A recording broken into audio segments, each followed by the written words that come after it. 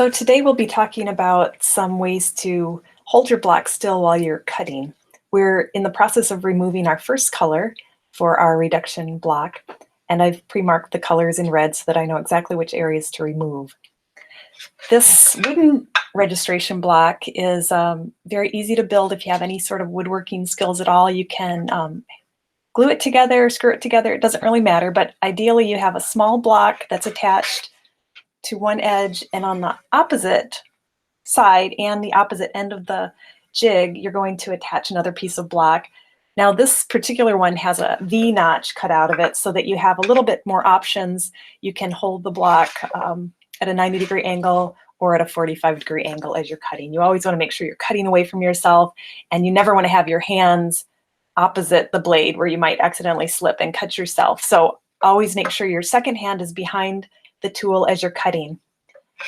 If you do not have a registration jig like this, or don't have the opportunity to build one, you can also use a simple printing jig. This was one that we constructed out of cardboard, found materials, and have protected with some shipping tape and some acetate.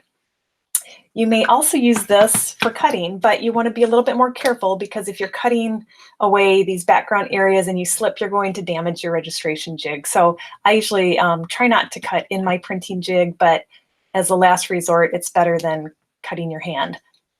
I've put a non-skid carpet underlayment between my jig or my cutting block and the tabletop so that things aren't slipping around. If you don't have a printing jig, you can also try just using this non-skid mat. You may find it works better if you double it over so it's a little bit grippier. This is not quite as secure as using one of the registration jigs, but in a pinch you can do that. So typically, as I'm starting to plan out my image, I'll use either the knife tool, which is, you can use an X-Acto knife, or you can use a commercially prepared knife tool to outline the shapes first. What that does is it creates a gap around the shape that you're trying to remove so that you don't accidentally cut beyond that when you're clearing out the areas with the U tools.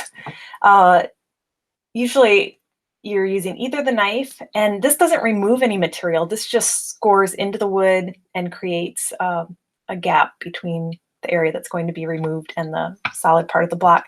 The other tool that may come in handy is this V tool. So we may be able to see this a little bit better if I put a white background on there.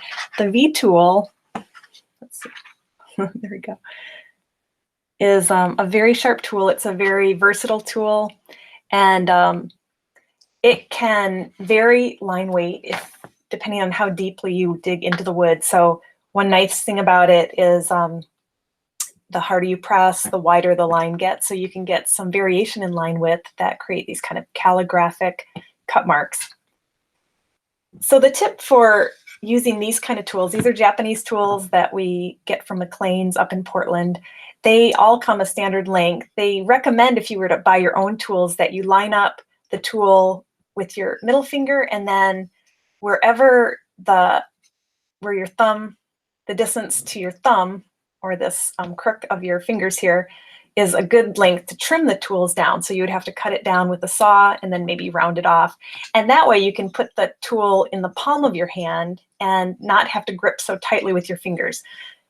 If you're using borrowed tools, then I don't want you to cut my tools down. But again, if you end up ordering your own set, you can cut those down and use them like this. So you never should hold your cutting tools as if it were a pencil. That is much too steep of an angle, and the blade will not engage in the wood easily. You'll be more likely to slip and hurt yourself. So you want to hold it more like this, and to initially get the tool in the wood, you do lift the handle a little bit higher. So a starting angle might be something like this, and then as you start digging into the wood, you're going to lower the handle and skim across this way.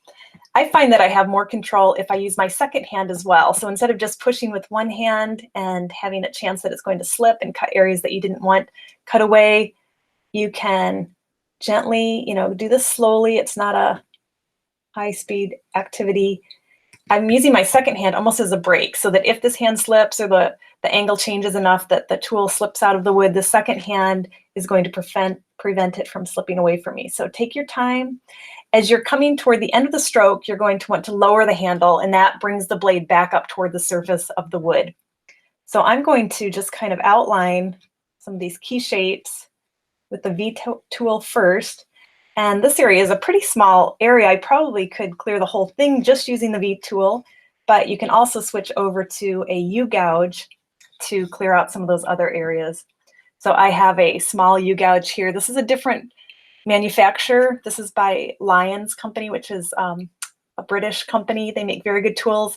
These tools have kind of this mushroom handle, and they're designed to be held in the palm of your hand also. So don't try to hold it like a pencil.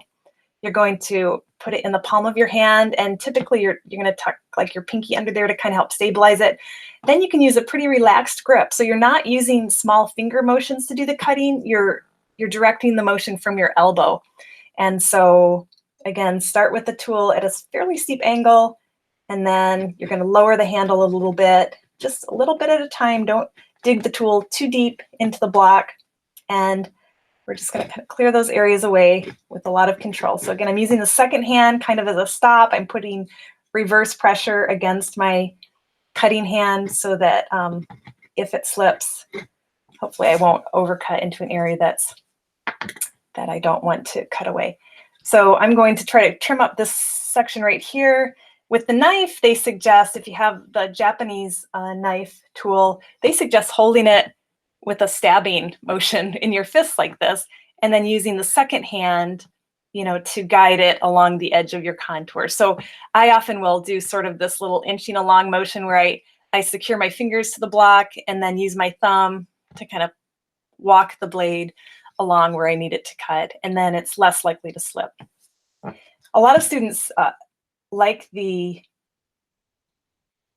X-Acto blade as well for this kind of work to kind of outline the shapes and clear it. I would start with an area that's not so critical. So if you're a little nervous about using tools for the first time, pick an area of the print where if it slips, it's not going to be as critical as maybe, the more exact contours that you need to use. You can also use the scrap block as a practice before you commit to your good block. And I'm going to go ahead and finish clearing these areas out off camera so that you don't need to watch me cut the whole thing, and then I will come back. Do this one line and back out. And then, you're just clearing out these little bits of wood.